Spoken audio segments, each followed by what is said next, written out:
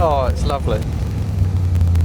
What an amazingly, splendidly lovely car this is. And I'm lucky enough to know the owner, Joe. I've known you since, what, we were 17? Thereabouts. That long. Yeah, I know, it's a long time.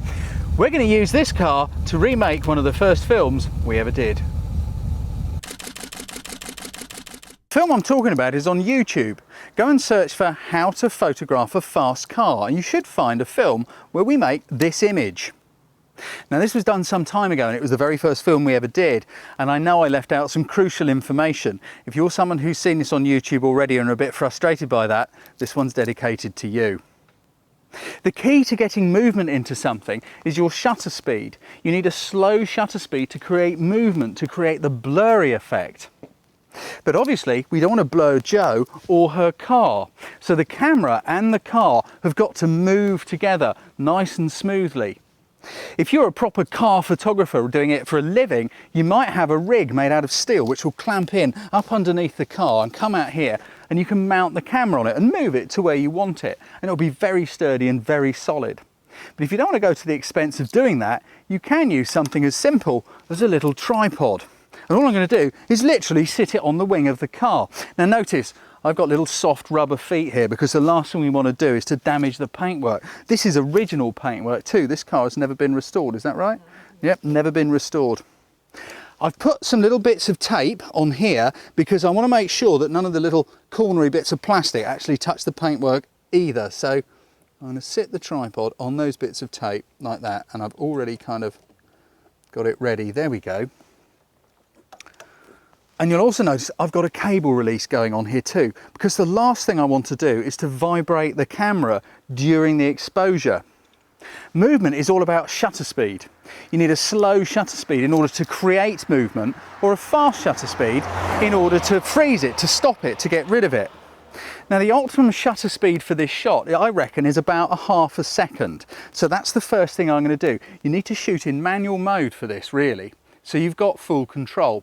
I'm going into the camera and I'm just going to set a ½ a second. Actually, I'm not going to go for a 1 second exposure. Okay, 1 second, the shutter will open, stuff will move, and then the shutter will close. Now I can't tell you what aperture you're going to need because I don't know what light you're shooting in, and this is crucial. You've obviously got to get the exposure correct. We're shooting in the evening and it's a bit of an overcast kind of an evening and we're under trees. This tunnel here is brilliant because it blocks some of the sky reflections. It makes it a little bit darker so we can use the slow shutter speed, and it gives us plenty of things to blur in the picture. If you try this out on an open prairie somewhere or something like that without stuff either side of the road, there's nothing to blur, is there? You won't get much of an effect. Try and do it somewhere a bit quiet so you don't get in everyone's way. There's a few cars coming through here, but the crucial thing is stuff either side of the road.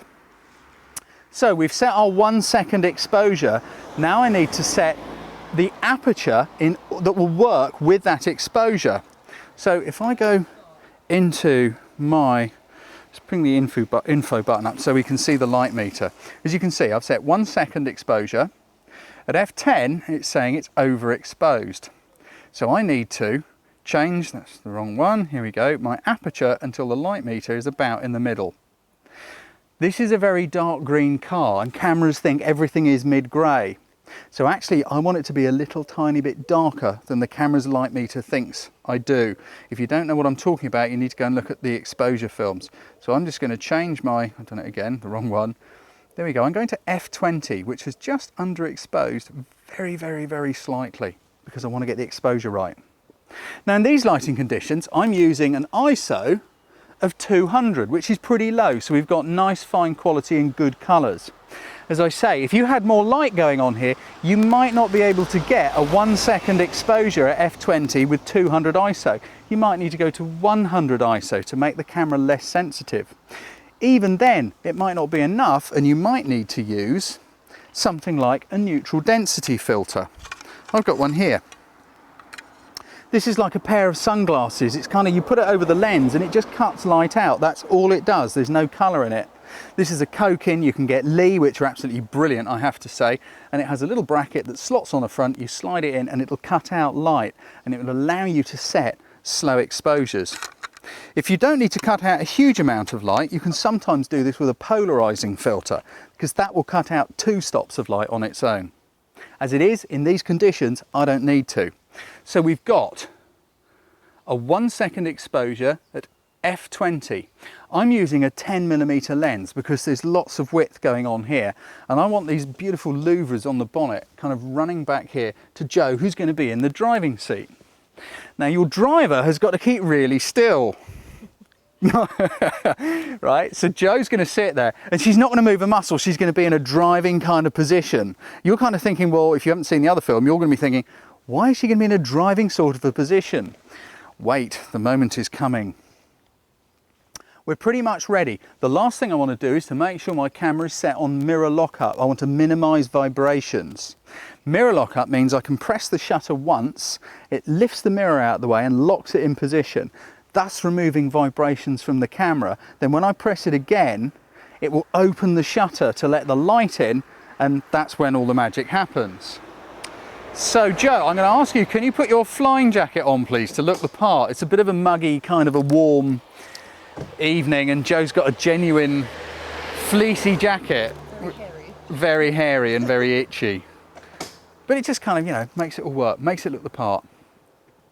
So our camera's ready, we've got that all set up. We know all of the exposures right. Joe, we've got no traffic on the road, so that's brilliant. If you could kind of just keep your eyes on probably Jane there, don't look at the camera and keep really, really still. And now all we have to do is let the brake off, and I'm just going to push the car. Here we go, let's get it rolling. It doesn't have to go that fast, that should be enough. And press the shutter, shutter opens, it stays open for a second, and then it closes. Thanks, Joe. There we go. Do you see what I mean about your camera falling off? It's incredibly unlikely at that sort of speed. And even if it did, you're here. Just catch it, just grab hold of it. So let's have a look and see what our shot looks like. Wake my camera up. Here we go. Yeah, that's pretty cool. I don't know if you can see it in the back there. But it looks really nice, doesn't it? That is such a simple and easy way to get some fast motion blur into a car shot. Can I go in your car, Joe?